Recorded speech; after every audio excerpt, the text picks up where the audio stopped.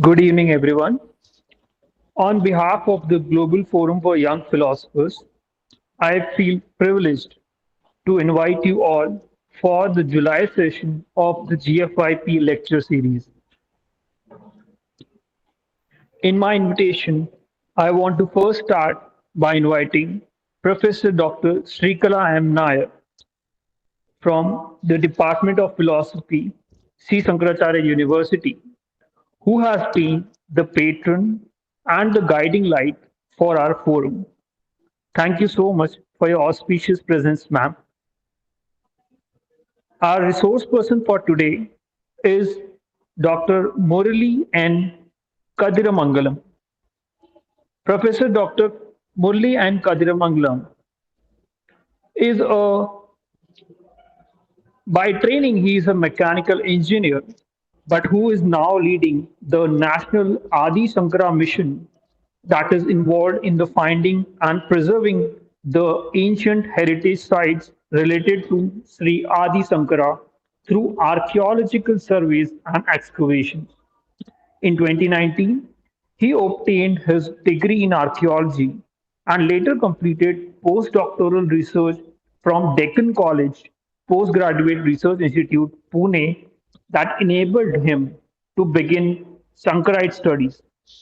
In 2023, Dr. Murali conducted archaeological field surveys regarding Adi Sankara in Kerala under the Bhandarkar Oriental Research Institute Infosys Foundation Fellowship. At present, he is conducting advanced exploratory field research on Adi Sankara in Tamil Nadu and Kerala, while also setting up the platform and team to take the National Adi Sankara mission forward. Thank you so much for your presence, Professor. And last but not least, I would like to heartily invite all senior professors and young philosophers to this forum for making it a fruitful experience. Thank you so much for joining. May I now ask Professor Dr. Srikalam Nair to please introduce the theme. Thank you. Thank you, Bhupesh. Uh, the day was very busy as we had a session in the morning and one in the afternoon as well. And now we have the monthly study circle in which my good friend Dr. Murali N. Kathiramangalam will take up an archaeological study regarding the life, uh, place of birth, origin, and other related things with Adi Shankara.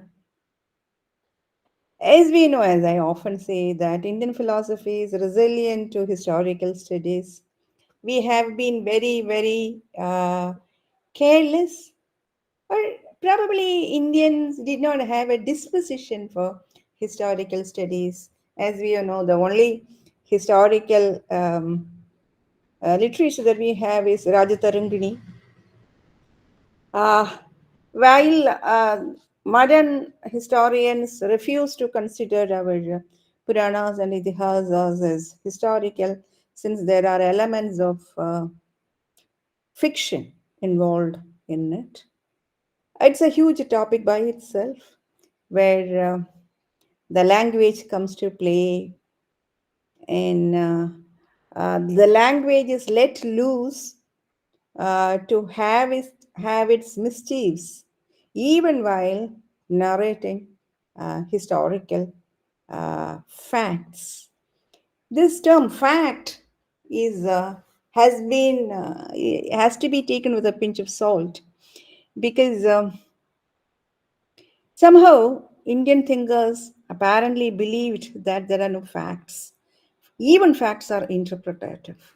So, this conviction probably would have led them to have uh, some fictional element even in the Puranas and the Itihasas.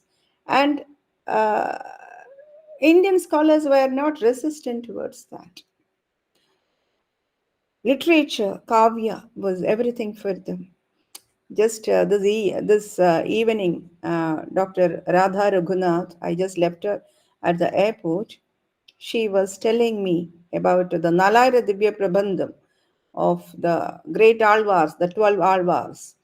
She said, while you are speaking about the philosophical aspect, I would like to speak about the literary aspect, the literary beauty of those works.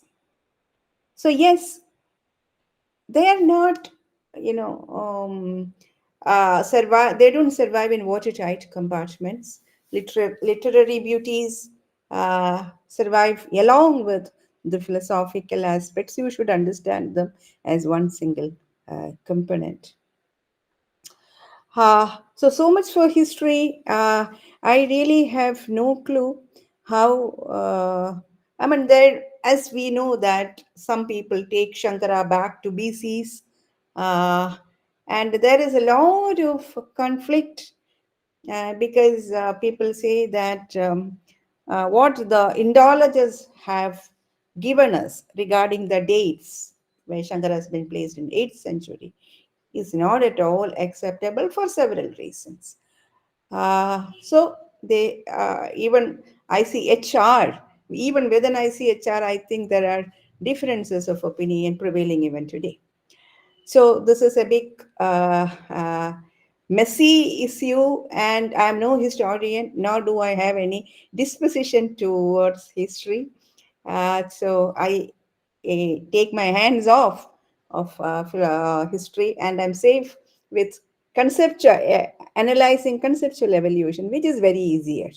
Conceptual evolution has a very strict, orderly progress, and Indians are by and large happy analyzing the conceptual progress rather than the historical, placing historical events, the so called historical facts, as I understand.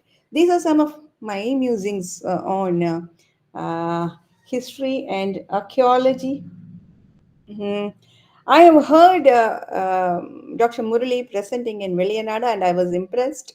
So I thought that I've told him that I'm going to lift you to my university as well, but somehow I could not invite him physically, which I will do shortly.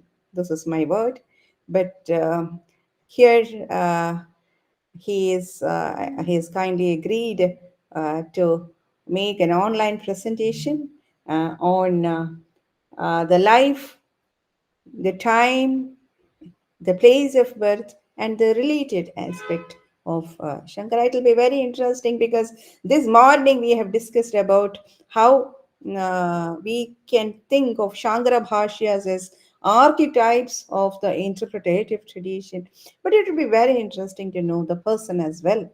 The young little Brahmin boy who has had uh, difficulties, poverty. If you read Kanakadharastavam, tears will pour down your eyes. At one point, the meter changes, and I forget the text. But once I heard telling this to Professor Arindam that which goddess wouldn't shower with gold for those kind of poetry, because there is lyrical beauty, there is charm, there is innocence, there is helplessness, poverty, everything being placed in beautiful lyrics. And it is unbelievable that an 8-year-old boy has chanted this Kanagadhara Stava. Anyway, so again, that is history. Great were our masters. I was telling Professor Radha Raghunath, where the Andal, I mean, Kurat, Kurattalvar, who went along with Kuratalva, who went along with Ramanuja, just turned the pages of Bodhayana Prabandha and Bodhayana Vritti, and then by hearted the whole thing. Great were the masters that we should be ashamed to call ourselves as their descendants. So these are just some of my musings on the topic. Uh, Murali, my friend, with his permission, I take his first name. He is the master. He is the master on topic. I know nothing other than philosophy. So I am also eagerly, though I have heard a bit of it, but he has told me that he has advanced a lot in his research in those studies. So Sri Shankaracharya University is very, very happy to have him with us at some point, as I have already promised. I will also speak to Madam Vice Chancellor about this. We'll have some kind of a project on this. IS International School is interested in doing this. In fact, Professor Varkhedia at some point has asked me to take up this project, though I was a bit lazy to do that, primarily for this disinterest that I have towards history. So, but now that Murali is enthusing me, we will think of this project in future as well. So, thank you for this opportunity to share some of my thoughts, and hearty welcome to my good friend, Dr. Murali. Over to you. Thank you, madam.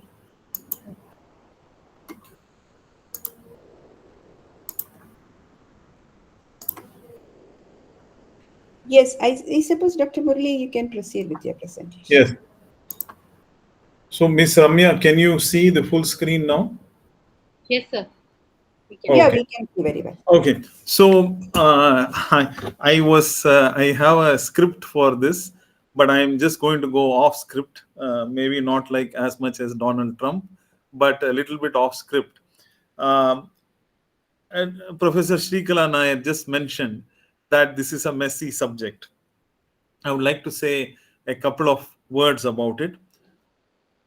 Um, somewhere around the late around 1875, Max Muller, being a German, wanted to arrange the entire chronology of India.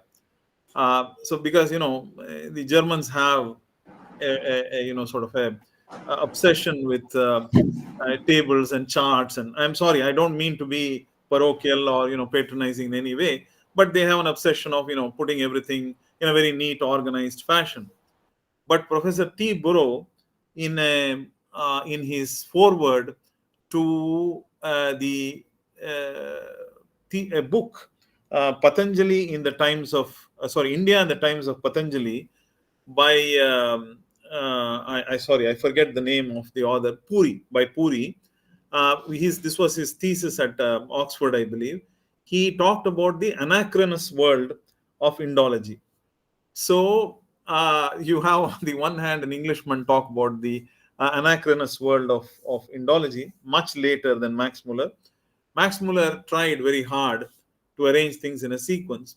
So he asked one Professor K.B. Pathak, who was, I think, a teacher or a headmaster in a school in Belgaum, to come up with a date for Shankara.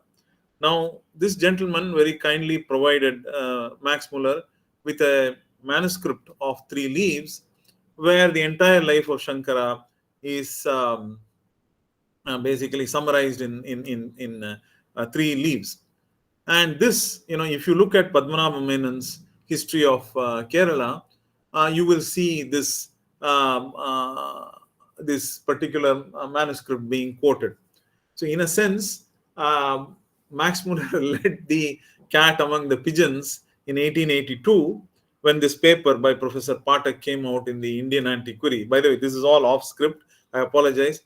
And since then, I'm very sorry to say that we have been arguing needlessly about the date of Shankara for the last 120 years, based on the Shankara Vijayas, which at best are marginal sources of history. And I will discuss the reasons for that later.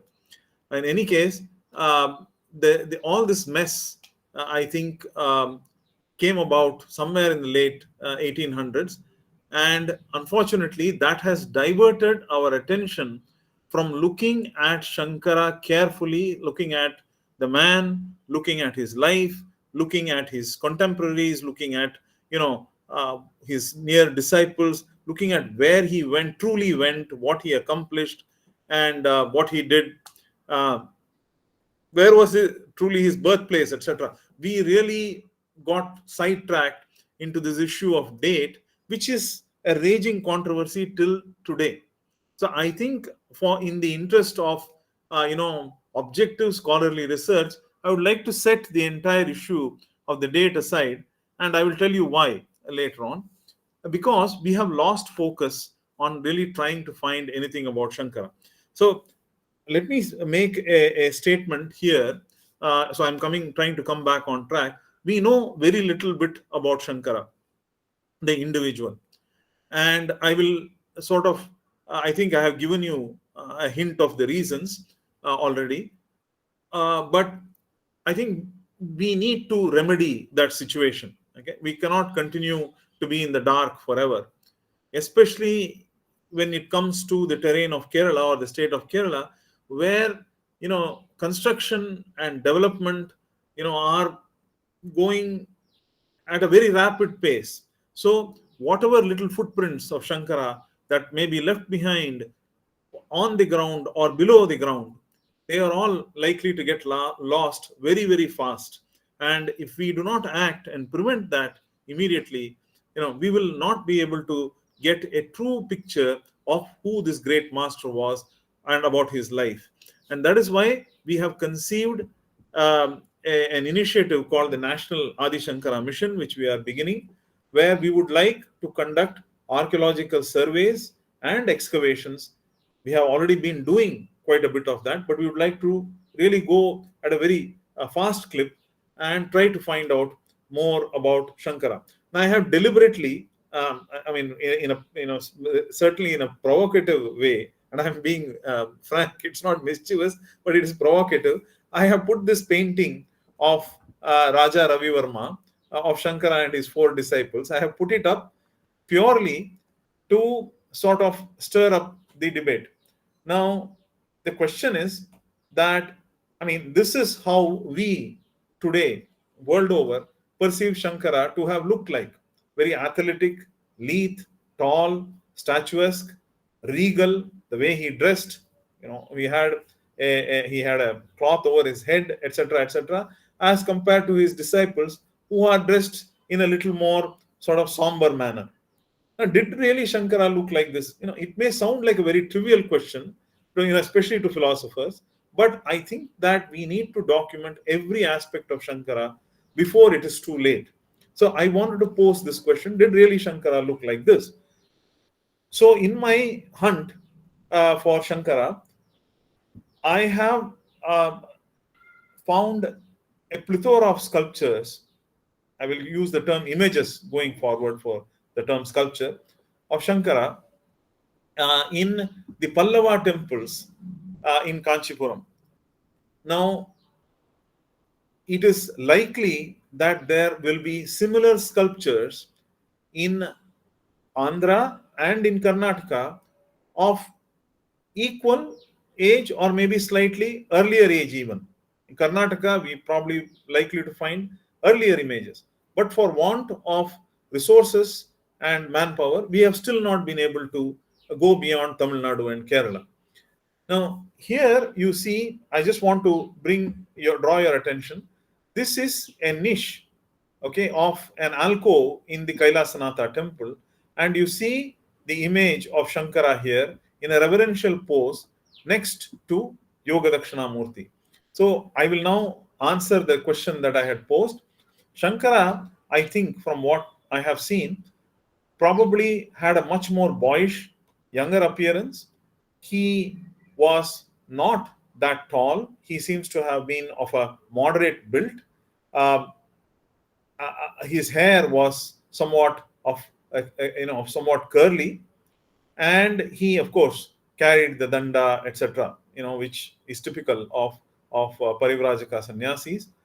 And surprisingly, you will notice this: he does not cover his head with a cloth. There is only a waist cloth below the waist. Now, I have been able to tabulate a continuum of sculptures in Tamil Nadu. This sculpture, by the way, Pallava sculpture, is about 8th century CE, and I have been able to document early 8th century CE, meaning around 715 CE or so. have been able to document a series of sculptures or images from the from about the beginning of the 8th century to the modern times. So you see the evolution of how Shankara looked through time, based on my surveys all around Tamil Nadu. Now, I have to tell you a little bit about this sculpture because these sculptures, okay, these are two different sculptures of Shankara. The first sculpture of Shankara, there was a wall panel in a temple called, when I say first, the first image of Shankara in a wall panel was identified by the great art historian and Indologist Dr. C. Shivaramurthy, Dr. Kalambur Shivaramurthy, who in the late 80s put out a small book on Shankara, which is almost not available. I was fortunate to find it at the Bhandarkar Oriental Research Institute in Pune, where he identified an image in another Pallava temple called the Iravasthanam. It is also nowadays, Iravasthanam was the older name. It is now known as the Mrityunjayeshwar temple, another ASI, Archaeological Survey of India protected temple. Using that as a foundation, I have been able to find several other sculptures from the 8th century to the present. That, as you know, Dr. Shivaram Murthy was a master iconographer, master artist, art historian, Indologist, a Sanskrit scholar, etc., etc. One of the greatest that this country has had. So when he identified and said, "This is Shankara," using that as a guide, and that was one image that he identified, and based on a photograph, he had not actually seen it.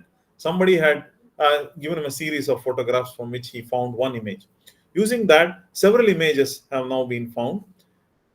This image, and this is a sort of a more close-up view, is from the Rajasimheshwara or Kailasanatha temple, built, as I said, around 715 CE by Narasimhavarman II, Narasimhavarma Pallava II, who also was known as Rajasimha. Now, he has a biruda, very interestingly, he has a biruda called Shankara Bhakta. So that sort of now tallies with the plethora of images that I have been able to uncover. This is in another alcove at the entrance of the Kailasanatha temple, and you clearly see the danda in between Shankara's hands, and here you have Vyasa adjacent to him, which is not uncommon. The image identified by Dr. Shivaram Murthy had Vyasa, Jaimini, and Shankara shown together, and there is a legend about it. Okay, so I don't want to take your time. Basically, Vyasa came to Earth specially to bless Shankara. Supposedly, the legend goes, so that his age doubled. An important point that you should note is that of Yoga Dakshinamurti. In panels, typically you will find Shankara adjacent or very close to Yoga Dakshinamurti. Obviously, you are very familiar with the Dakshinamurti Stotra, which Shankara had written, and it is so, full of, meaning, especially for you philosophers, that Shureshwara was forced to write a massive commentary. I don't know what, 300 verses or something on a stotra which was of a decade, basically 10 stotras.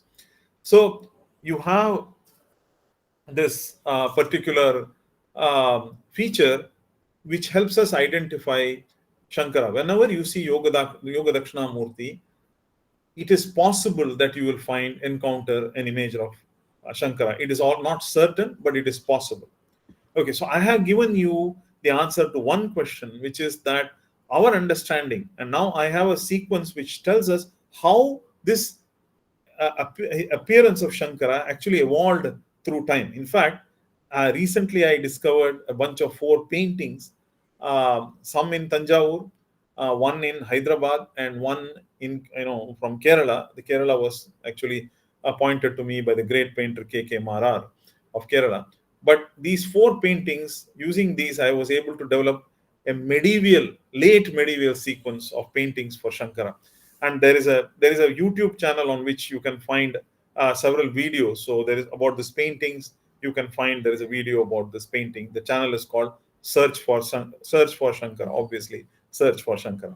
Now, I will come to the question that I had, the issue that I had pointed out, that the Sanskrit scholars expended great effort, including the great R.G. Bhandarkar, expended great effort. And also, we should not forget Professor Kupuswamy Sastri of KSRI.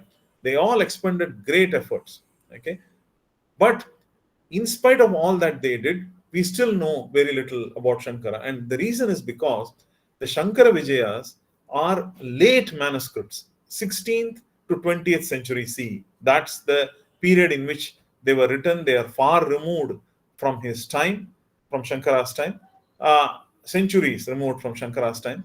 And there are several inconsistencies within the Shankara Vijayas and across the various Shankara Vijayas. In this, I would like to recognize the sort of singular contribution of one Dr. W.R. Antarkar, a lawyer by profession, but a Sanskritist, who in the 50s and early 60s traveled the length and breadth of this country, collected the various manuscripts of the Shankara Vijayas, prepared critical editions of the Shankara Vijayas, published them, and subsequently submitted a thesis at the Bhandarkar Oriental Institute, which at that point was part of University of Pune, which is called Shankara Vijayas, a comparative and a critical study.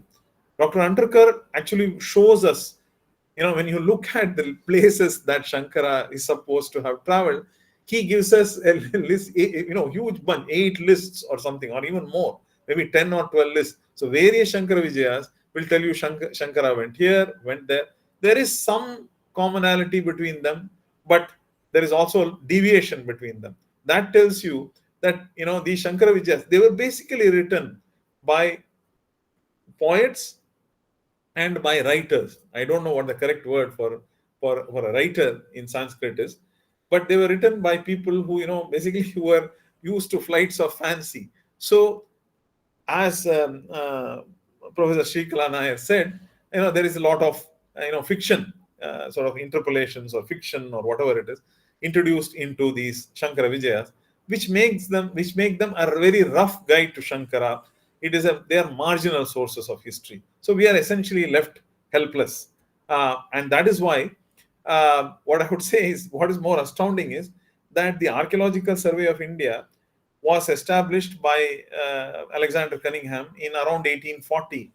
In the last 160 years, neither they nor the State Archaeology Department conducted a single survey or an excavation regarding Shankara. And that's the same reason Professor Srikala Nair mentioned, messy subject, right? Because the waters had been muddied to the extent because of what Max Muller had begun. And I don't mean it to sound in any way derogatory to what he did. It is just that, his Germanic sort of compulsion, sort of obsession to, develop a chronology, which is very difficult for Indology.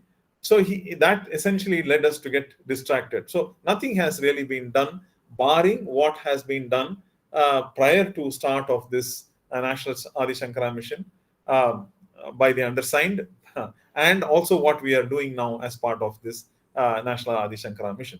So I would say that we have very limited understanding about Shankara's appearance, which I just went over. Now, here too, you see the same picture, a different variation of it, painted probably by some other artist. Later, a copy of Raja Ravi Verma, and again we see Shankara, looking the same, right? So we have very limited understanding. So on the appearance, we are starting to get a little bit of an idea. I will talk to you about his birthplace. If you ask the layman, he will say, where was Shankara born? He will say Kaladi and keep going, right? So we have no clear idea about where the actual birthplace, meaning, and I will get to that about when I say actual birthplace, meaning where was that kutil or that house or that, that particular structure in which Shankara was born. Was it near Kaladi or was it somewhere else? We'll get to that. We don't know the location exactly of his paternal home and also the place where probably he took initial sannyasa. Now you may say, well, everything about Kaladi has been discovered, everything is known, it's all documented. You can even go see the labels over there. Okay. The discovery of Kaladi, I mean, I have spoken to it. There are videos you can see on the Search for Shankara channel about Kaladi and about Melpadu Mana and other places, how it was discovered, what was done. Basically, it was done under very trying circumstances. Okay, we have to give due credit to the Shringeri Matham, the Kanchi Matham, and also Swami Chinmayanandaji, who spent expended a lot of efforts, especially in the early period when the Shringeri Matha Acharyas discovered, or rather, should not use the word discovered, when they pointed the attention of Kaladi to the world. There are people within Kerala, in several communities, who are aware of Kaladi and the importance to Shankara. But the attention of the world was shown by the Shringeri Acharyas, and then they came there and then built the modern structures which we see. Now, I mean, I'm just sort of getting a little bit ahead of myself. When the Shringeri Matha Acharyas discovered this place, I don't know whether located or discovered is the right term, when they became aware of Kaladi, at the same with the help of the Travancore Maharaja, they acquired the land there and built the temples around 1910 or so. At the same time, the Travancore Maharaja was setting up the Kerala State Archaeological Department, and he had assigned the great T.A. Gopinath Rao to head the State Archaeology Department.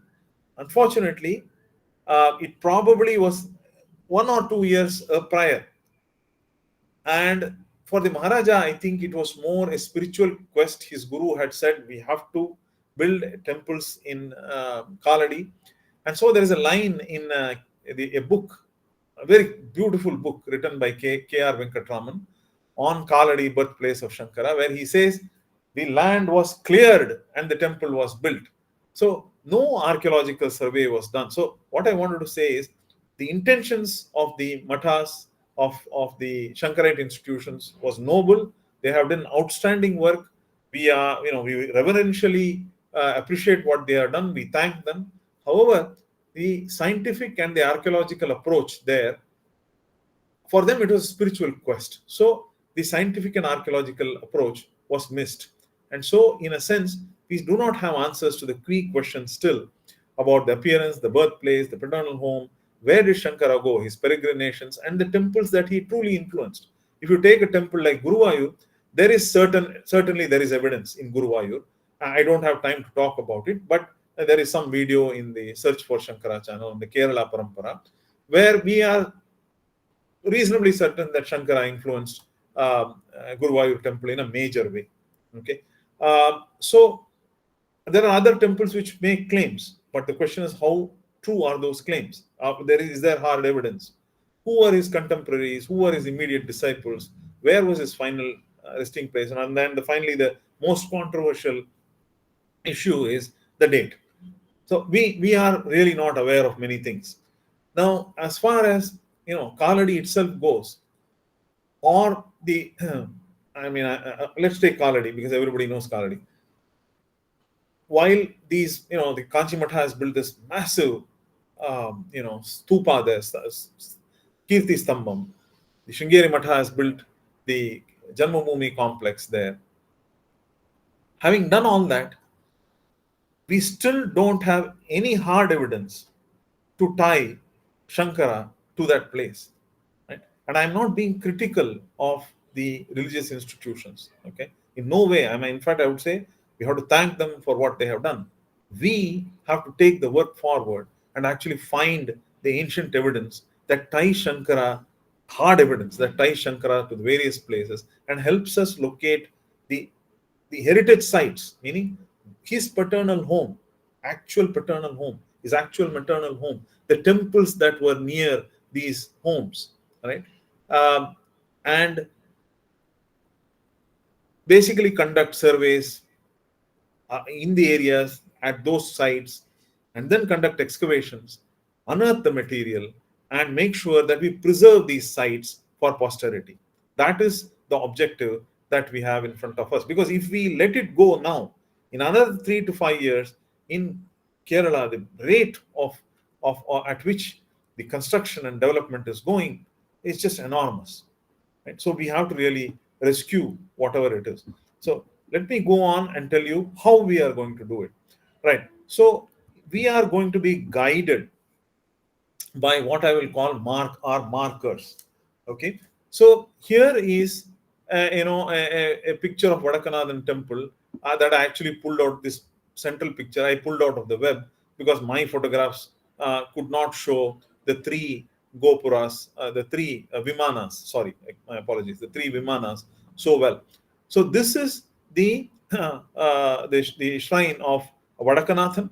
Okay, and the Sri Kovil is below it inside the Nalambalam. Right now, I was very fortunate to discover on the Sri Kovil wall, in Vadakanathan temple, the image of Sage Vyasa blessing the baby Shankara. Now, here again, I want to emphasize below Yoga Dakshinamurti, seated in this wall panel. This is right at the entrance of the Sri Kovil.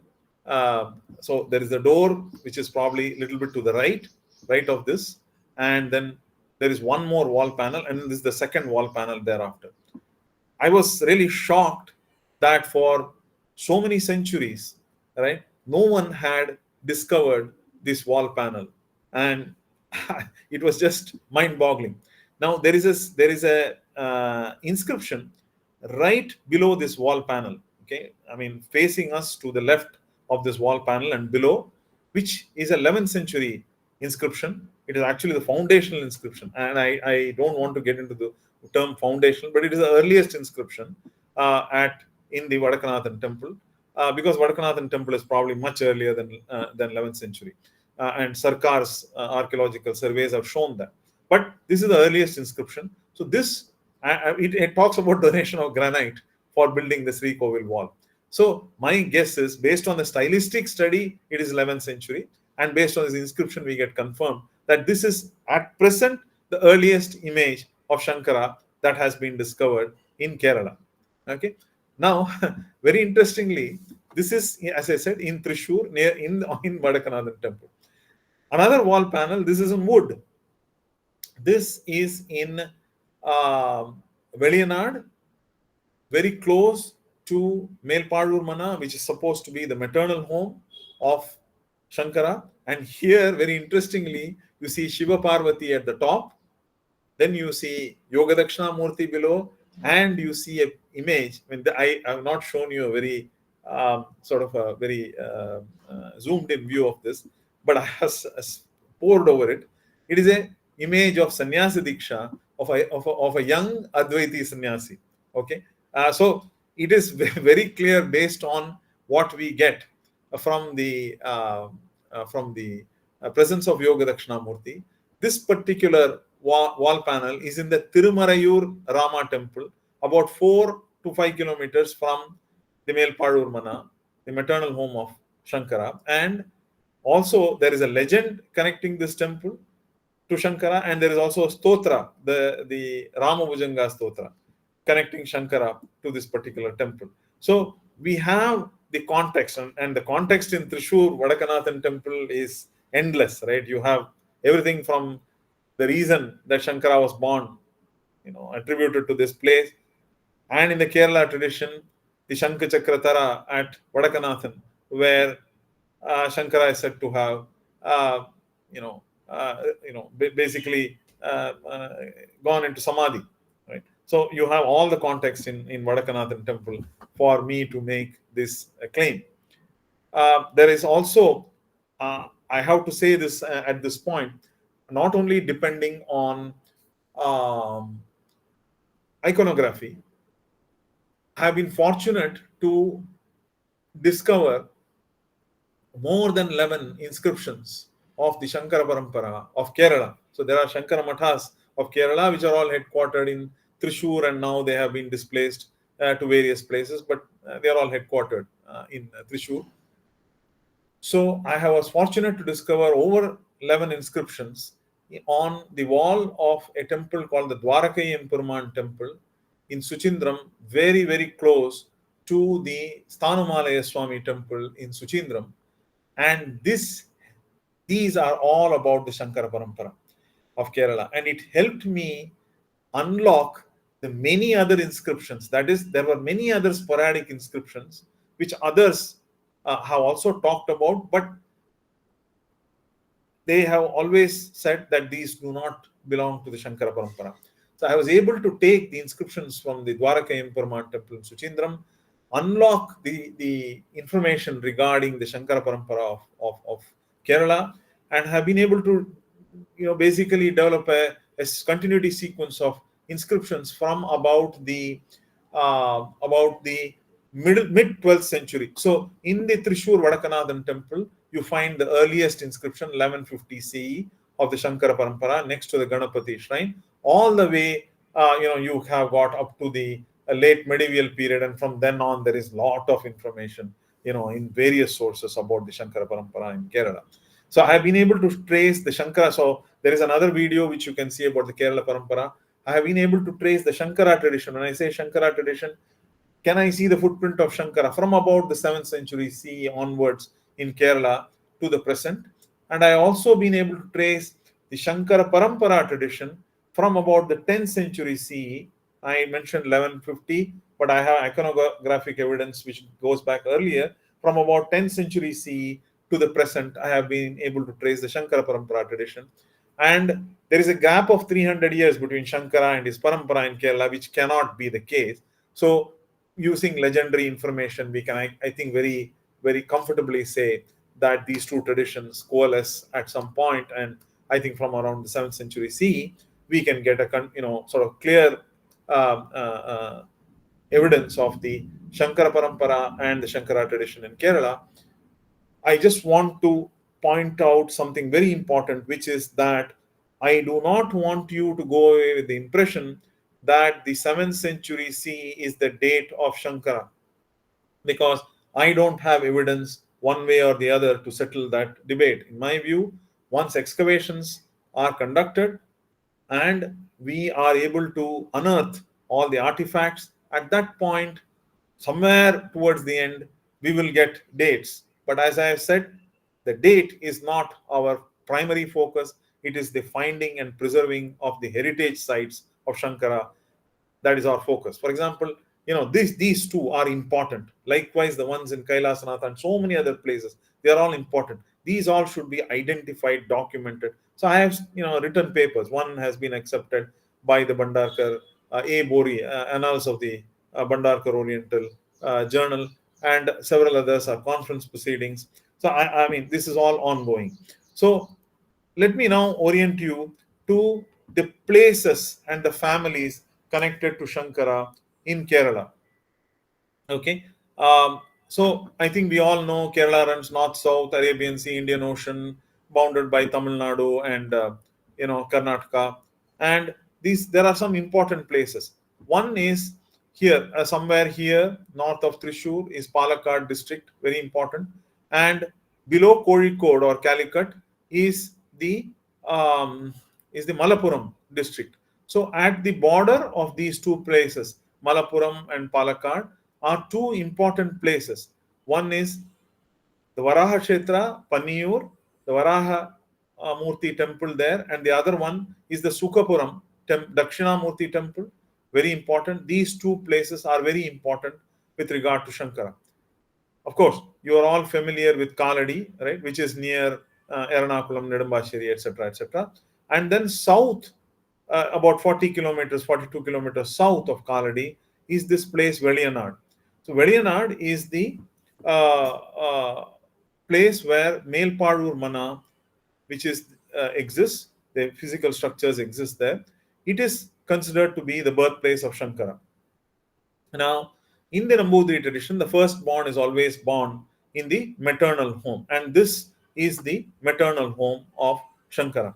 Now, I have to tell you a little bit about the history of the maternal and paternal home. So, we have Kaipilli Mana, which is the paternal home of Shankara. They are part of what is known as a bigger house called the Vellagraha. Okay, and Melpadur Mana is part of the Parur Graha, which is larger family. Now both these families hailed from Paniyur, very close to Paniyur. They hailed from. Now at some point they began migrating southward. Okay, now the time of migration is at present unknown. As per the traditionalists, there is a chronogram, Chitta Chalanam, which when calculated translates to 564 CE. You will see this anyway. I don't want to waste time. So there is a 564 CE date according to the traditionalists. And when you look at MGS Narayanan, in his there is a work written by him and Keshwan Veluthat in a book called Agni, which is edited by Fritz Stahl. They come up with a date after 1225 CE. Okay. However, both MGS Narayanan and Keshwan Veluthat accept that the Nambudris had migrated, in general, migrated from Palakkad all the way down south as far as Tiruvilla by the 7th and 8th centuries. There is sufficient copper plate and other inscriptional evidence which suggests that. Now, in the specific case of these two families of Shankara, they supposedly, so the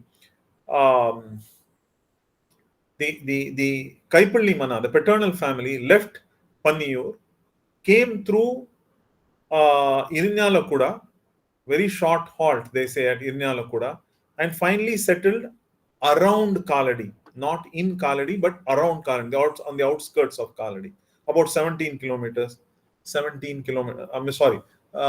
12 kilometers in the outskirts of Kaladi. On the other hand, the maternal home, the Melpadur Mana, left Panniyur, came through probably Peruvanam, which is a little bit east of Thrissur, and spent a long time in a place called Tirumuzhikulam. Tirumuzhikulam is 17 kilometers west of Kaladi. It is a Vaishnava Divya Desham. It is a temple of Lakshmana, which is there in Tirumuzhikulam. And then later on, they seem to have moved to their present location, which is in Veliyanad, which is where the present structure can be found.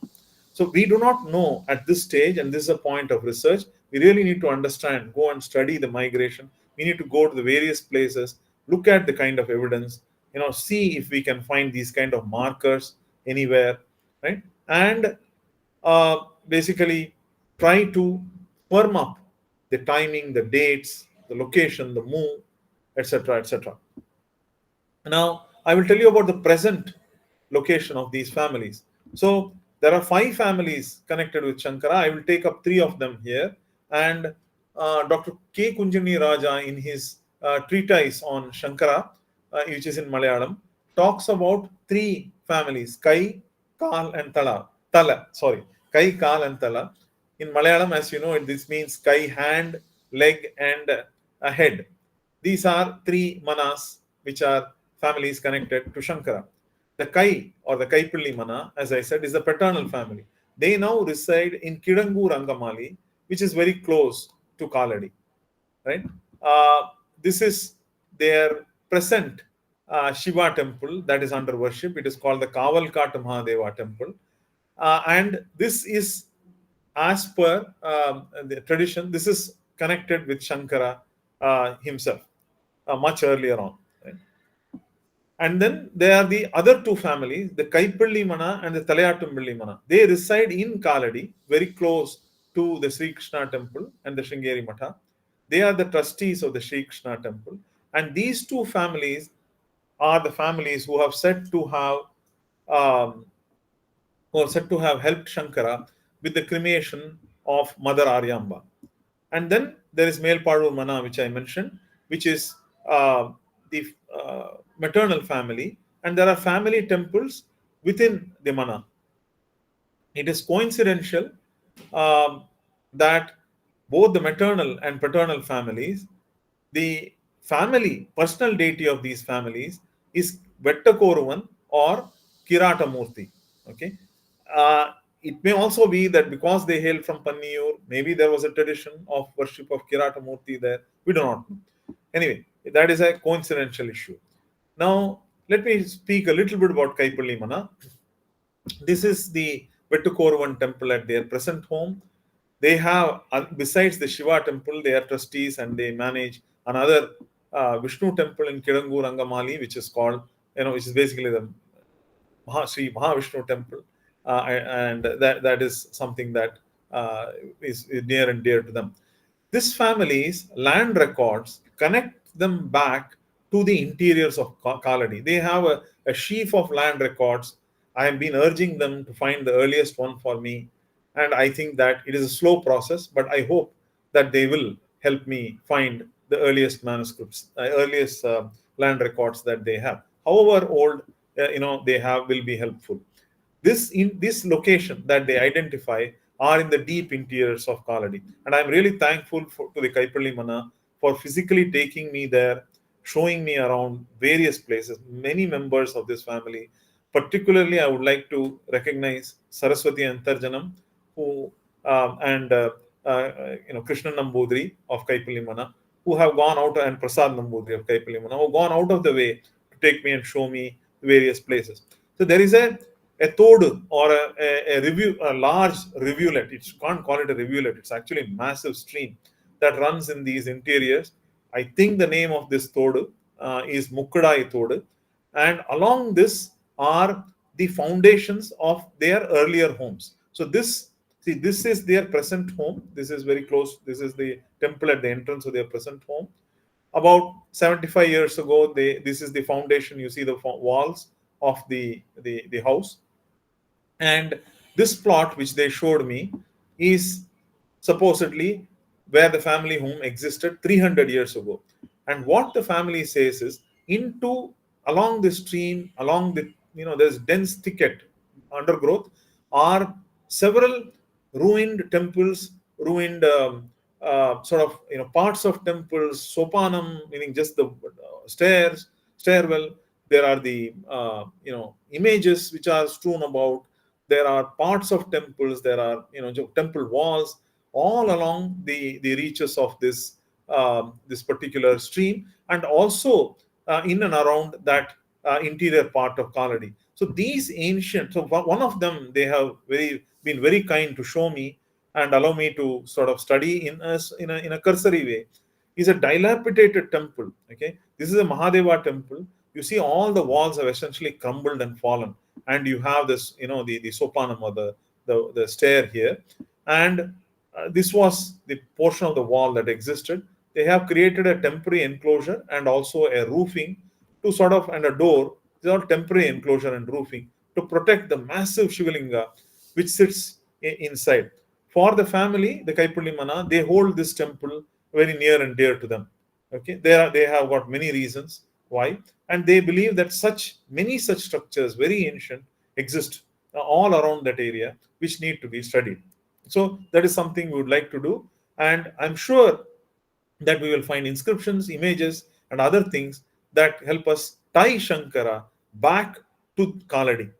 Okay, and we'll be able to, somewhere near one of these temples, we should be able to find the ancient paternal home, and I will describe how. Okay, now the other mana is the Kapalli Mana. Please let us be very clear. This is Kaipalli, or the Kai hand. This is Kapalli, or the leg part. Right now, this is their family deity. Okay, family temple within their mana. Very important, but I think the interest of time, we have to skip it. They are the hereditary trustees of the Sri Krishna temple, which is adjacent to the Sringeri Matha, and there are land records that they have which indicate that they handed the parcel of land where all this is built to the Travancore Maharaja, who in turn assigned it to the Sringeri Matha for construction of this particular shrine to Shankara. Now, a very important point that the Kapalli Mana people have actually gone on record, meaning in writing, which they have given me, is that they believe that the pot okay, containing the relics of Mother Aryamba are very close to the location of the perpetrator. There is a small structure with a lamp which is said to be the Samadhi. Very close to that, and below it, they believe is the pot that contains her relics and ashes. And they have formally gone on record that they would like to retrieve the pot which contains those relics, which basically mean the bones and the ashes, and complete the obsequies, the final rites to Mother Aryamba, since they have been left undone for so many centuries. Now, you may ask, how could this be in this location? One explanation that I looked at was this particular area is north of uh, the present modern day Kaladi, and so this is the southern corner. See, when you look at the Kaipilli Mana and their land records, it's I mean, and their whatever information that they had a lot of land. In fact, they had thousands of acres of land in the early days, and so all the way from the interiors up to Manikamangalam temple, which is even beyond, slightly beyond Kaladi. So when you look at the southern spot, or the southern end of their property, it exactly ties with this location where the where Mother Aryamba's Samadhi is supposed to be. So typically, southern end is where the cremation is done, is what I am told. So it is not unlikely. I cannot claim with all certainty it is the case, but we are in the process of trying to analyze and find these things. Right now, what about Kaladi itself? Now, as I said, there is not much of ancient evidence that ties Shankara to that place. There are about 6 to 8, and I think it is 8, but my memory is a little bit poor on that. I think there are 6 to 8 temples in that area around Kaladi, not in Kaladi, but in the general area around Kaladi, right, which are connected to Shankara. On either side of the runway of the Nirmbashiri airport are these two temples. This is the Avanam Kod Saraswati temple, and on one side, the southern side of the runway, on the northern side of the runway, is the Tirunayathod Shivanarayana temple. The Shivanarayana temple is supposed to be the place where Shankara harmonized the Shiva Vishnu worship. This temple, architecturally, the Kerala State Archaeology Department has dated it to the 11th, 12th century. However, traditionally, this temple just celebrated in 2011 the 1200th anniversary of this particular temple. Okay, so you can imagine that probably prior to 11th, 12th century, there were probably other, what should I say, earlier structures on which renovation was done and this building was raised. We need to study all this in much, much more detail. This particular Saraswati temple is the temple where Shankara is said to have had his Aksharabhyasa, right? Aksharabhyasa is when the first letters of the child is asked to write his first letter, right? Inside this temple is an image. We normally can only see a sort of a gold, silver figurine, that actually covers the image. I was kind enough to be permitted to see and not physically touch, but physically see in very close quarters the actual image. Once the figurine is removed, at the back, you see this stone, which has got holes, striations, and other things. It is basically a natural stone which has been worshipped. The claims are that this temple is 1500 years old, right? So, definitely based on the image, we can say it is an ancient temple. We are trying to find the pieces of evidence to tie all this back to Shankara. More surveys, more excavations will have to be done. So, we are beginning to sort of turn the corner. Now, let me tell you about Melpadur Mana briefly. This is in the southern part in Veliyanad. Here, I have been fortunate. I would like to thank the Chinmaya Mission especially Swami Advayananda and Swami Sharananda ji, both of them, who have permitted me on numerous occasions to go and study this mana and the area around. And I can say with certainty that Nambudri occupation was there prior to the 8th century here in that area, right? Based on a dilapidated temple in which I found an 8th, 9th century Narasimhamurti image inside. Was able to basically date that image.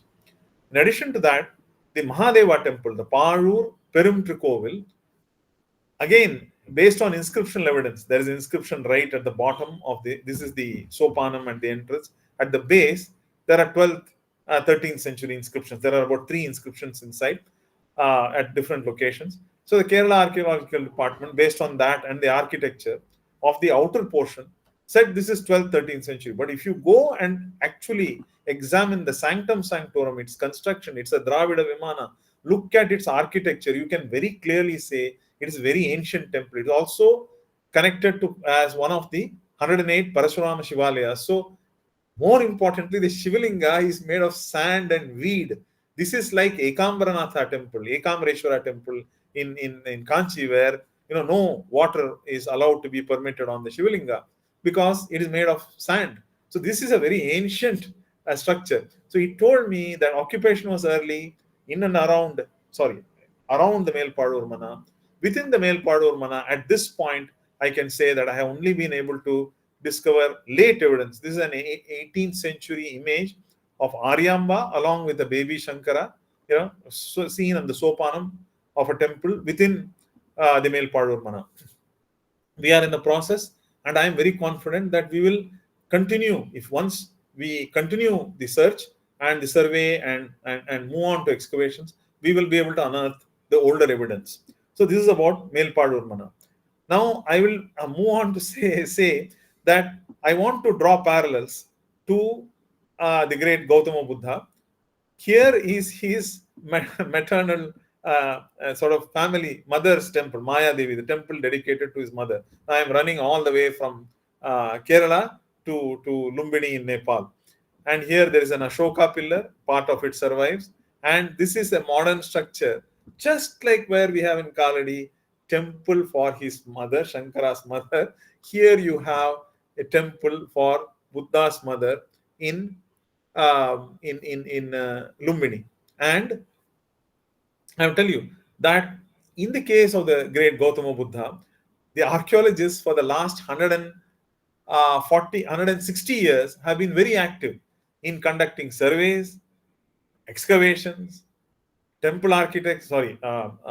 architectural studies, and they have basically found every place connected with the great Gautama Buddha. They have found, the places he went to. I'll just show you a brief picture.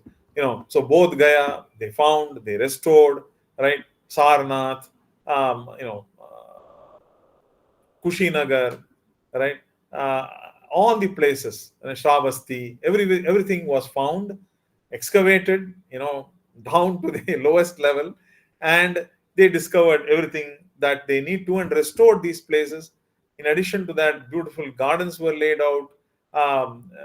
Museums in some places were made, and also they have also there's also a special train that runs to these places. An airport has been opened at Kushinagar as well. So in the case of Buddha, over last 140 years, this has been done. And I will tell you, I would like to point to 2 particular excavations. So this gives you an idea of what we would like to accomplish. You see, at Piprava in 1970, the Archaeological Survey of India, led by Dr. K.M. Srivastava, went into a stupa and they excavated below the Mauryan level, meaning below what Ashoka's period was, and they found utensils and they found an urn containing the relics of the great Gautama Buddha. These relics, based on the type of pottery, were dated to around the mid 6th century BCE, and these relics have been exhibited all over Southeast Asia to the credit of the Archaeological Survey of India. They also found sealings there, which gave them the word Kapilavastu, numerous sealings which talked about Kapilavastu. More recently, around 2010, 2011, 12, 13, a Nepalese team, along with, basically led by Professor R.A.E. Cunningham from the UK, conducted.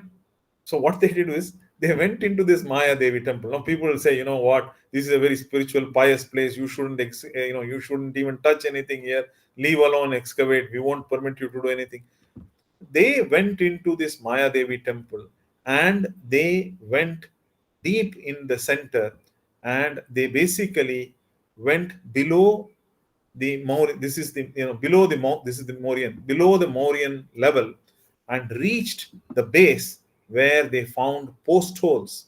Post holes basically, basically wooden bamboo or wooden pillars which anchor the, like a simple hut or a simple structure. And these bamboo or wooden poles are basically seared at the bottom using a torch. I mean, basically using flame in those days, so that you get an even surface and they can grout it to the ground. What they did is they lifted this, took out the carbon and dated it, and got a date again of around mid 6th century BCE, confirming this. There are other ancient Mauryan sculptures of Maya Devi, etc., and the temple itself and the worship, etc., which gave them the answers. So this is sort of our inspiration in how we want to go about it. I am not suggesting that we excavate in place A or B at this point, but our surveys have begun. Once our surveys tell us where to go, we would like to, excavate. I think I'm running over time, so I would like to summarize and go to the future step. Our intention is not to undo or in any way denigrate or in any way disrespect the work done by the Shankarite institutions. In fact, we want to complement, we want to, start where they left and take off from there and find the ancient evidence regarding Shankara at Kaladi, at Veliyanad, and other places through surveys and excavation. Subsequently, once we have completed the complete Kerala leg, we would like to conduct nationwide surveys in select places connected with Shankara. We have come up with a list of select places connected with Shankara. The goal really is to find and preserve these heritage sites. So I've shown you, we want to find things like this, right? We want to find the inscriptions. We want to find the various ancient monuments connected to Shankara. And we want to exhibit the artifacts from the excavation and the photographs and other information from the surveys in a dedicated national museum for Adi Shankara. I think our efforts will ultimately lead to a more realistic biography of the philosopher saint. As I said, at this point, our archaeological investigations are at a nascent stage. We are very early, right? We haven't conducted a single excavation. Right? We are looking to ramp up these activities, for which a platform called the National Adi Shankara Mission is being created to take this initiative forward. We would welcome the participation of individuals who would like to work with us, and also those who from any walk of life who would like to volunteer with us. And of course, there are people who would say, we don't want to do either, we want to provide you resources. We are happy to be welcome people of all walks of life, and those who want to assist in various ways. If you want more information, there are several videos on this YouTube channel. Search for Shankara, where you can go and get answers to several of these questions that I may not have been able to cover here today. So with that, I will hand the I don't know, I'm supposed to probably hand the mic over to I will say stop presenting. Thank you very much. Thank you very much, Dr. Murali, for that wonderful exposition. I'm sure everyone enjoyed, and this is a much needed exploration on Shankara's life. All those who appreciate his work, amazing work in short span of 32 years, unbelievable. Just again, I'm just recapitulating the discussion that I had with Dr. Radha Raghunath, and she was speaking about the bhashyas, And people have written Vartikas and subsequent works. But as Madhusudana Saraswati has said that everyone writes bhashyas, but Shankara's, he gives an analogy. He says that in a weighing machine, in a weighing tras, you have the small, early days he used to use manchadi or kunikuru to weigh the thing. So Madhusudana Saraswati says that both may weigh the same, but Shankara's bhashyas are gold, while ours is like, the object out of with which we try to measure the gold. So, having had such a person, as Dr. Murali has beautifully put in, that it is sheer negligence on the part of us to have not to have had exact locations, life histories, and early in the while I spoke at the beginning, I told you that Indians have this lack of interest towards history. Probably that would have extended on this. He has covered up a very wide area and looks of Shankara. Uh, he wouldn't have seen my university, where in the front of my university there is a Shankara statue, and there was a big, huge debate when it was established because he looks like an old man, and then people said that it was intentionally made so that there is no worship that has been done here. He is only a and there were heated arguments. Shankara, who is a Brahmin boy with cute young face, was what you have in mind, and here is an old man. He barely lived for 30 years, so he cannot be having an old face. Huge debates. Well, and then I mean, the then Vice Chancellor left it to the freedom of the artist, saying that an artist is free to make his own image. So that was there. Still, criticisms are on regarding the Shankara statue. So, how Shankara looks and the Thanjavur paintings, which we follow, depicting, as he has beautifully put, tall figure. It is quite probable that Shankara wouldn't have been very tall. Probably he would have had curly hair, quite like many Keralites. All that. Uh, Very interesting, and I also learned a lot. And I have several questions regarding the. I've heard that in Manikamangalam temple, Shiva Guru has been officiating as the priest. I want to know whether that is right. And about the Mutala Kadava, where he was caught with crocodile. So whether the present crocodile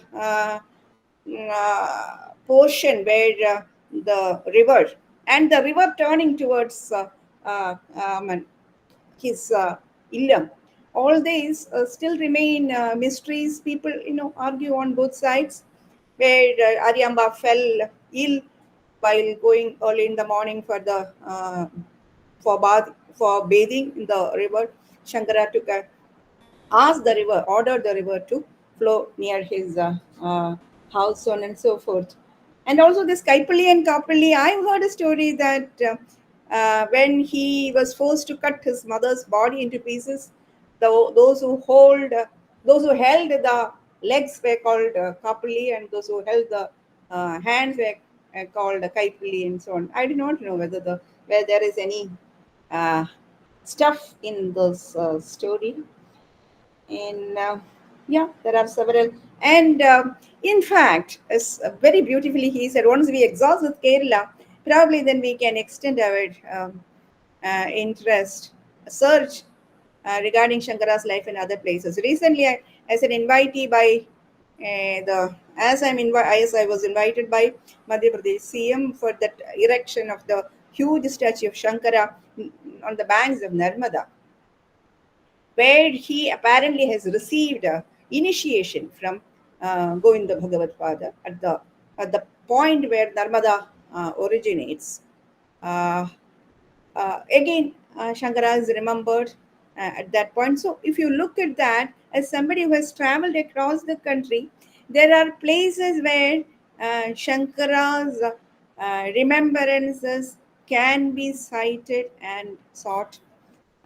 Somebody who has united India centuries before, and the ambiguities he also told us that it prevails because we are not very sure regarding the dates of Shankara.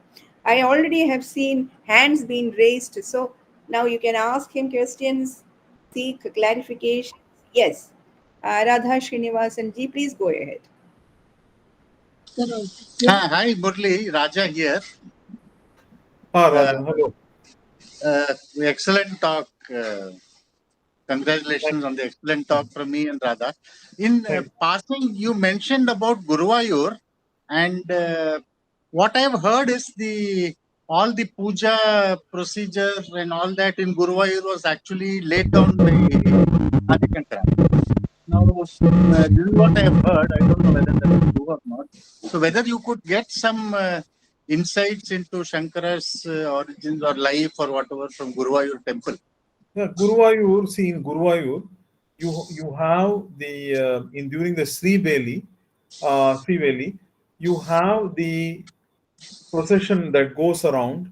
It comes to a particular spot and it stops, and the music also stops. So and that spot is actually marked there, right? So from there, you know that that spot is important.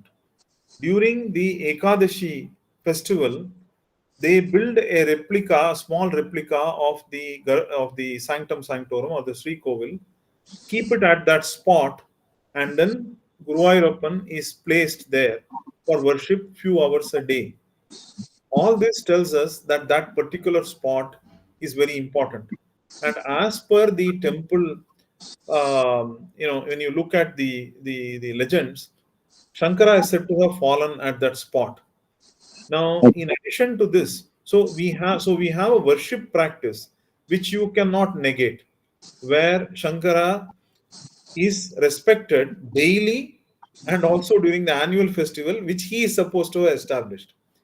Now, in addition to that, there is supposedly a place where Shankara is said to have sat in meditation at mm, the order of Guruvayurappan. We do not know where that spot is. Now, today, what you see, because you see, as you know, the Guruvayur temple, most of it burned down.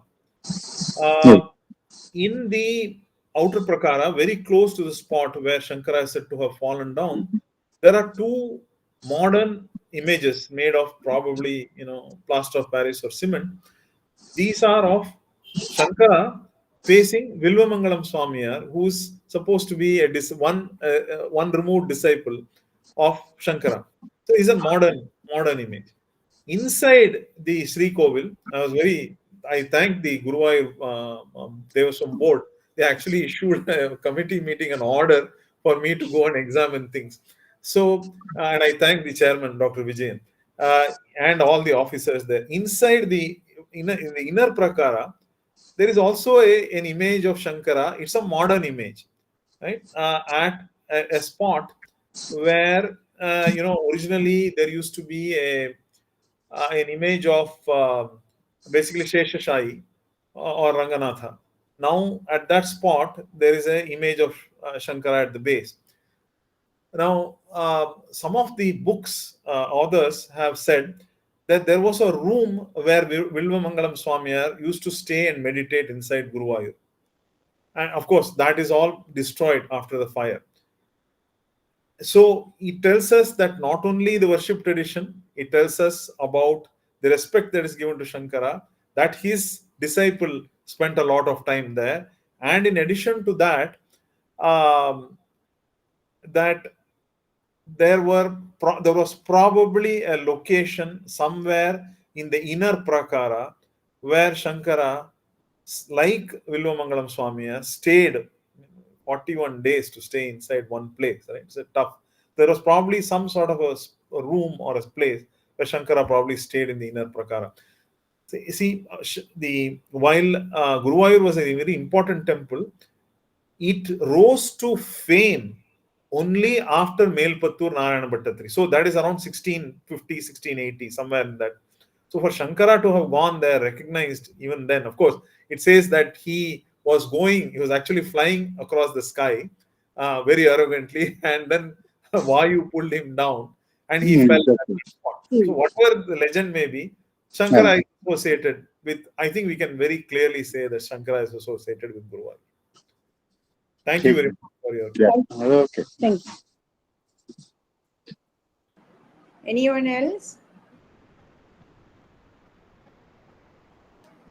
Also, Mukambika temple, Dr. Murali, where he seems to have brought goddess Saraswati. Yeah. And, So I would say that Karnataka is for us still uncharted territory. There is a lot in Karnataka, which is very early. Now we know that in Chotanikara, he has brought the Jyoti of Mukambika from the place, and there is a close relationship between Chotanikara and Mukambika, where you can see the early morning worship timing and their worship timing in Mukambika. So I think there is a close connection there. I think Karnataka we need to go and investigate. Again, as I said, it is the resources, people, and the time that is limiting us.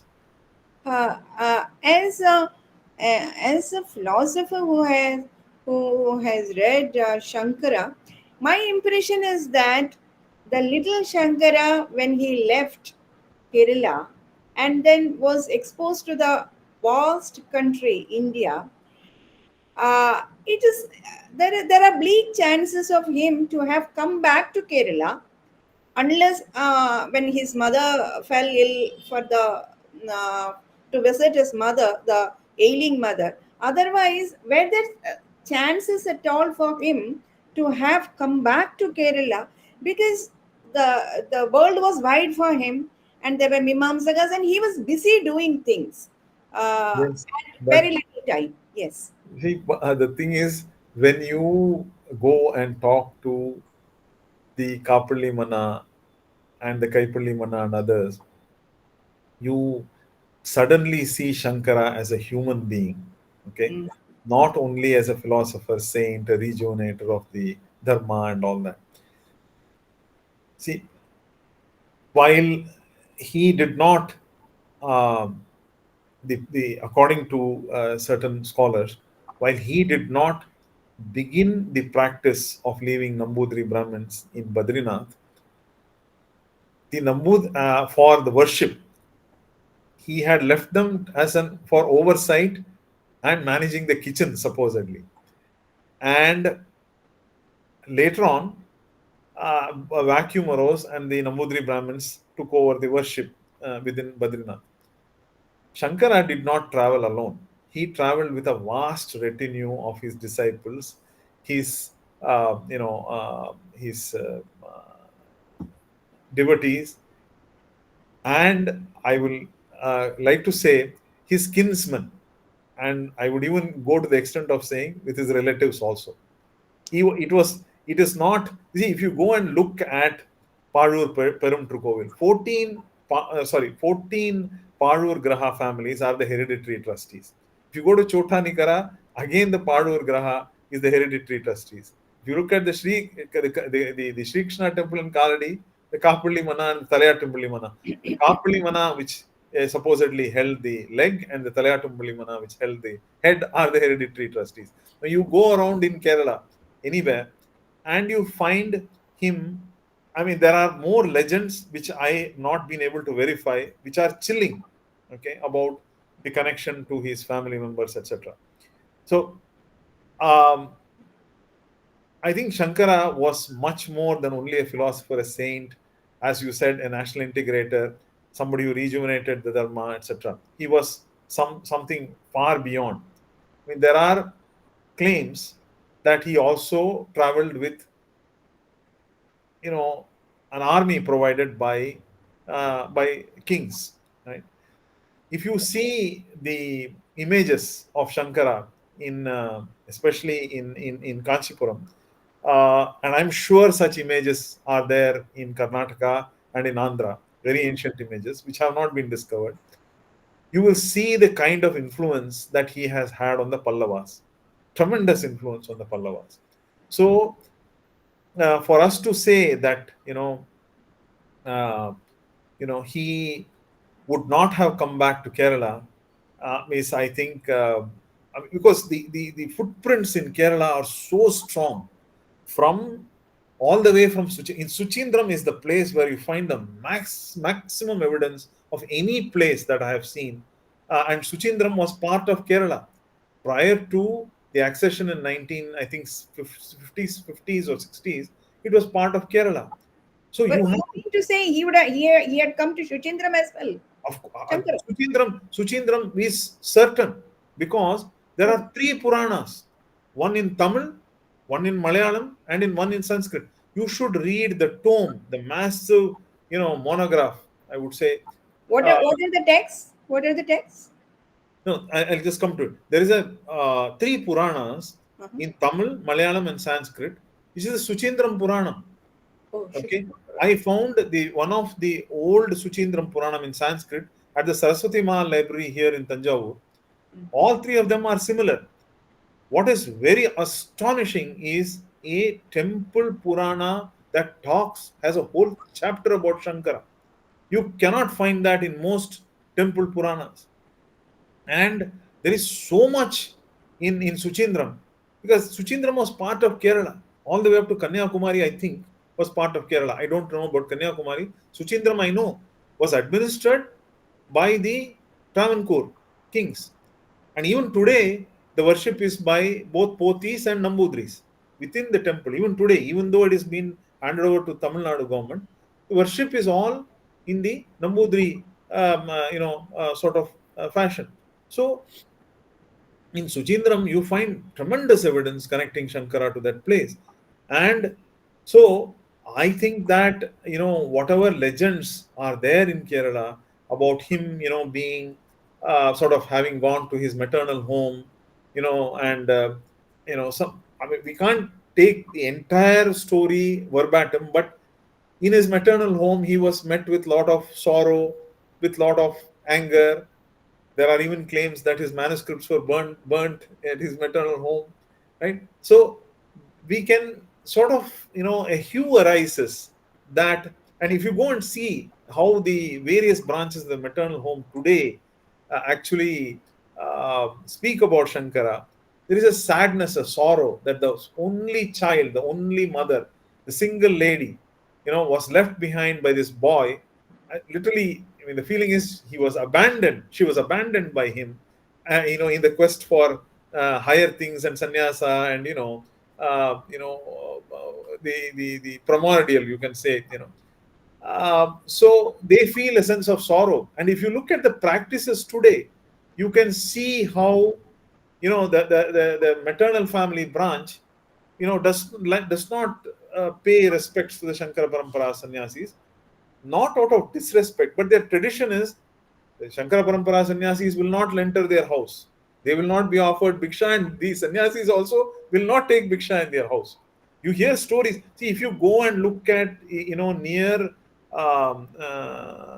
in Malappuram, Vettam Pariyapuram, there is the house of and temple of Narasimha temple of Padmapada.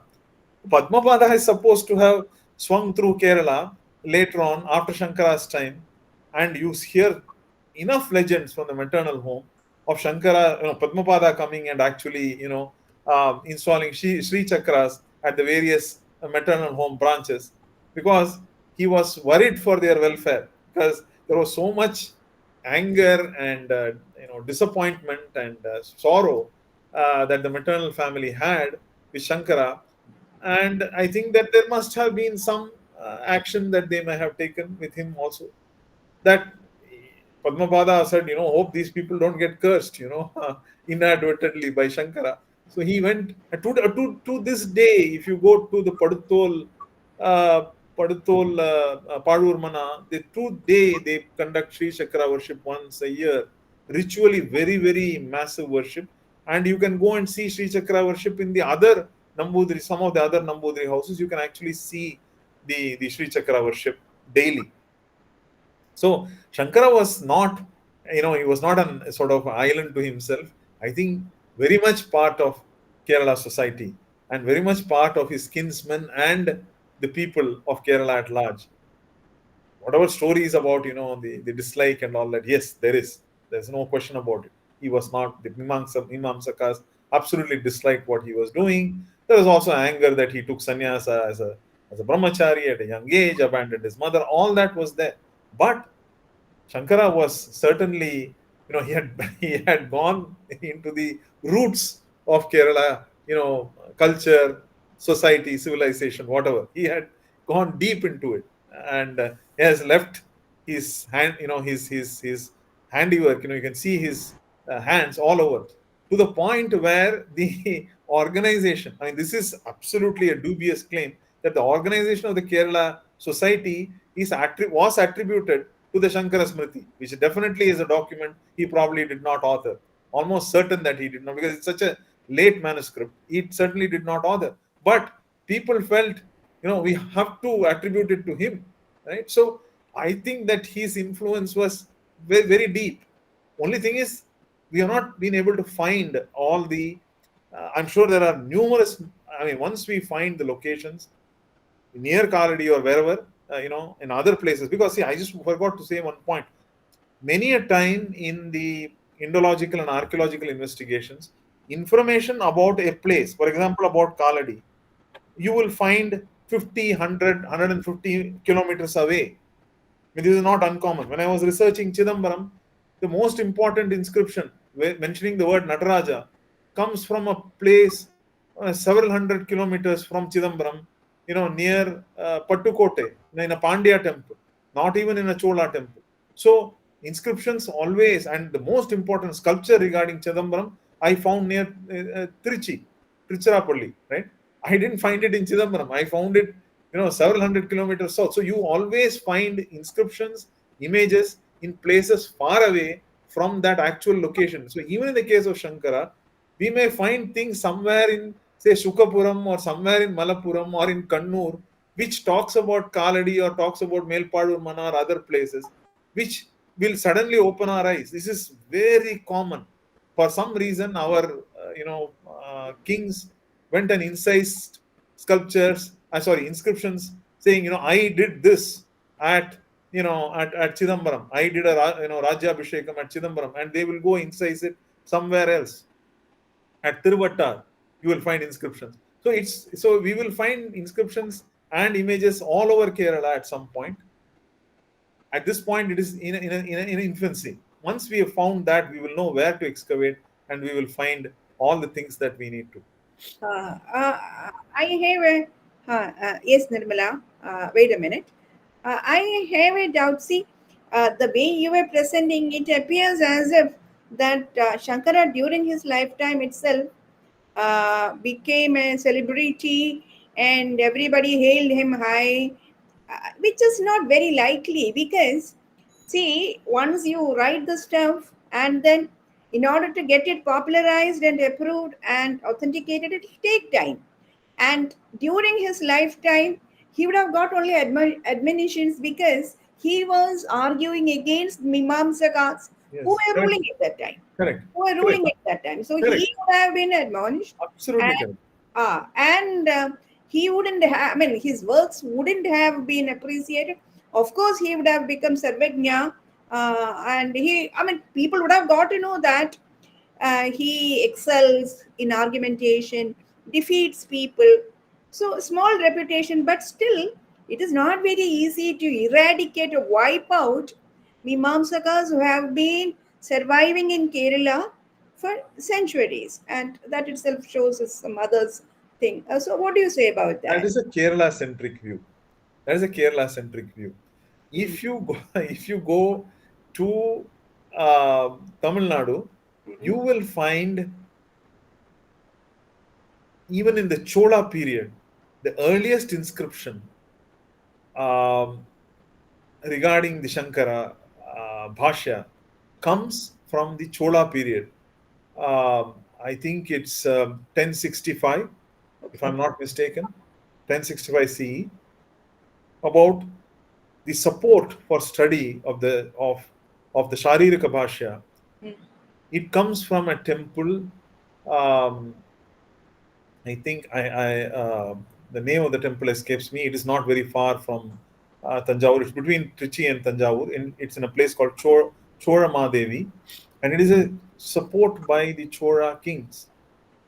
Okay, so if you see the Choras, the Vijayanagar, the earlier dynasties, all of them have been influenced. I'm not saying that the kings were influenced, but I have to say that if we have a religion called Hinduism today, it is because of Shankara. See, you are looking at the Bhashya and all the esoteric aspects. That is, Shankara's philosophy, which is unbelievable. But you have to step back and say that the religion itself, and I'm not talking about Buddhism, I'm not talking about Jainism.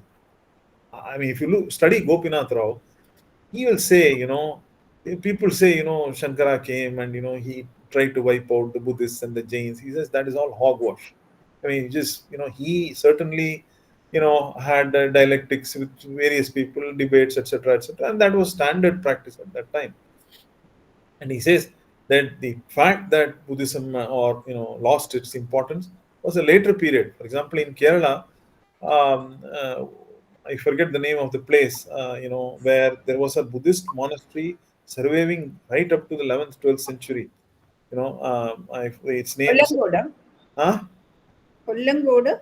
No. It is a place where, on the coast, and a bronze. Kodungalur. No. Bronze image of the great Buddha was found in Afghanistan with the name of that monastery inscribed from Kerala in Afghanistan. And so what I'm trying to say is that Shankara had a bigger influence on, I think, the way religion was organized, the Hindu religion was organized, the temples, the worship, than we are willing to accept. And in that sense, he must have received support not only for his philosophical, teachings, but also for the activity that he did in codifying the religion and wiping it off certain excesses. And there is a practice called Navakandam, where people basically sever their head and offer it to the goddess. Now, in the rock fort in Trichy, I found a cave which essentially illustrates Shankara Shanmata. It is 9th century Pandya. This cave is not discovered by me. It is, K.R. Srinivasan himself has spoken about this cave. But when you go and study that cave carefully, you see an individual seated below Devi, severing his neck, in the process of severing his neck to offer it to the goddess. So this practice of Navakandam was prevalent. So Shankara was trying to eradicate all these kind of, sort of gory practices and bring a sense of, sanity to the way the religion had disorganized, and then trying to reorganize it in a more sane and humane way, right? So that is what he was trying to attempt. And so I think in that respect, the establishment of Badrinath by Shankara and so many other places tells us that he had an influence in another way. He may not have been a celebrity, but certainly people realized there was some wave coming which was making making massive changes to the structure of the religion and the worship practices. I think for that we have to give him credit, which we have not, right? Yeah. There is no national memorial to Shankara, no ancient national memorial and no memorial. Now, so even to Vivekananda it's been erected, right? Who always quoted Shankara, but even to him it has been erected. But we never thought of Shankara, the root. So in that sense, there were more aspects of Shankara. The Mimamsakas in Kerala and the Nambudris certainly cursed him, no question about it. That was a Kerala centric view. But even in that, he managed to penetrate into the roots. He may not have been that well welcomed everywhere, but I think he was welcomed in pockets. Anyway, the other person had a question. I'm sorry, Yeah, ma'am. Nirmala, are you there? Or has she left? Yes, ma'am. Yeah, please go ahead. Actually, in Kerala, Shankara is important to us as a philosopher who said Tattvamasi and Aham Brahmasmi. But here his connections with many temples throughout Kerala has been explored. Uh, Now he's being given the status of a deity, I think. And A this is not deity, a a Kerala deity, centric view actually. a Yeah, deity. because No, because his images in temples are being explored, his connections with temples are being explored. But I just no, that's not my question. My question is, do you have the support from the state architecture archaeology department? in regard to what? Are you asking me whether I have permissions from the state archaeology department, or are you No, asking me no. Is there whether any I have? is there any coordination between you, I mean the National Archaeology Department and the State Archaeology Department? See, I am not part of the. I'm not part of ASI. I'm not part of this Central Archaeological Department. Okay, which is the Archaeological Survey of India. We have started this as a private initiative because we realized that nobody is willing to take up the cause of Shankara anywhere in the country. Whether, as I pointed out to you, the Archaeological Survey of India has been exploring various subjects. The archaeologists have delighted in studying Gautam Buddha and the Buddhist tradition. We don't in any way criticize them for that. They had their own motivations to do it for the last 140 years, and a lot of money has been poured into it. In Kerala, State Archaeology Department, I have called them up, spoken with them numerous occasions to understand where I can survey, what I can do, what I can, what I'm permitted to survey, etc., etc. The permissions in Kerala have all been granted by your Devaswam minister, the Devaswam board, the Devaswam boards, and the Secretary of Revenue of Devaswam. So that's where I got my permission, and each Devaswam board then issued orders and instructions. I have to say that they have been extremely helpful in granting me permissions. To to your issue of Shankara being raised to the level of a deity, that is not the case. You see, from a Indological or a archaeological perspective, if we have to study the history of an individual, okay, um, we have to basically now I will not use the word individual, of a tradition. Let's say the Shankara tradition. We have to find evidence in the form of either inscriptions or in the form of temples dedicated to Shankara or any other individual, or we have to find images. For example, I conducted a 6 to 7 year study on Maharishi Patanjali and his tradition in Tamil Nadu and Kerala. And I had to do that by taking the help.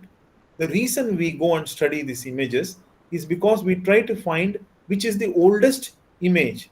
For example, in Kerala, the oldest image that I have discovered of Maharishi Patanjali is 13th century. Whereas in Tamil Nadu, the earliest image I have discovered of Maharishi Patanjali is 8th century CE. So we use these images to understand the influence of the person at a particular place, right? For example, at Vadakanathan temple, we all know that Shankara is supposedly intimately connected with Vadakanathan temple. So naturally, there had to have been inscriptions and images of Shankara there to help us understand his history. That is our motivation. It is not to raise him to the level of a deity.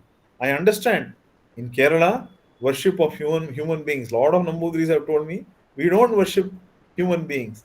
And even during the Shankara Jayanti celebration, they use a picture of Shankara and they make a swastika kalam, they fill it, and then they invoke Shankara in it and worship. I have seen it myself. But we are not trying to raise Shankara to the level of a deity, nor are we saying that in Kerala there are, he is deified. Not at all. All we are saying is that we are using these materials as aids to understand the tradition of Shankara in Kerala. That's all. Uh, this Thank you. Thank you. Shankara Mathas that we have in Trichur as well as in North do you think this has been? You said it would have started in some 11th century or so. So they have No, not been initiated by Shankara, right? no. They are definitely Shankara Parampara Mathas initiated. They claim they are initiated by the direct disciples of Shankara. I will not be surprised. I will not be surprised if these are initiated by Shankara himself. I think they date back earlier than the 10th century. All I am saying is I have found hard evidence from the 10th century onwards for the Shankara Parampara tradition. For Shankara's tradition, I have found evidence from about the 7th century onwards in Kerala. I believe that both these traditions are one and the same. A 300-year gap which is there in the Shankara Parampara tradition is because of the absence of early records. In fact, I was shocked by the lack of records. I went to each one of the Mopil Swamiyas, talked to them, met them, saw their records, and I was shocked that the records, I mean, are not there. They are like you, they are philosophers. They want to, only focus on the philosophy. So they have forgotten about all their records.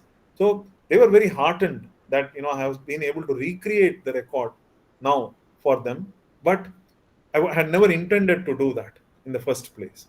So it's an early tradition, I would say, attributable to Shankara himself or his direct disciples. Francis, do you have a question? Francis from Vedanta department. Do you have a question? No, I don't have. I could not hear the whole program. That's why yeah. I heard you speaking in between. I thought that you have a question. So if there are no more questions, uh, well then, oh, you haven't answered me to that query of mine.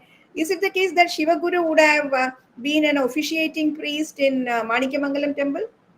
Manikamangalam, I was fortunate to examine the image in the Sanctum Sanctorum. It is old.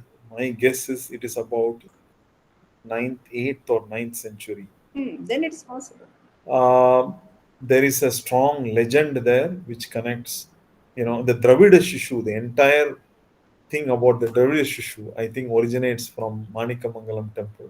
But at this point, we do not have any hard evidence connecting Shankara to any one of these places in Kerala. We have to sit and patiently work through each place. We have to go through each place, study the legend, study the architecture, study the inscriptions, study all the iconography, all of it, before we can, conclude what exactly, Shankara was connected to.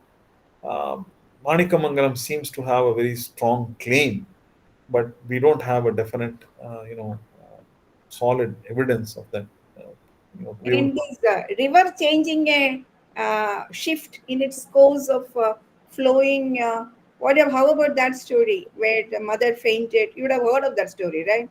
I have been discussing this with a geological research group in Kerala in very great detail, and they are actually conducting um, river bed surveys and studies to map the course of the Periyar River all over Kerala.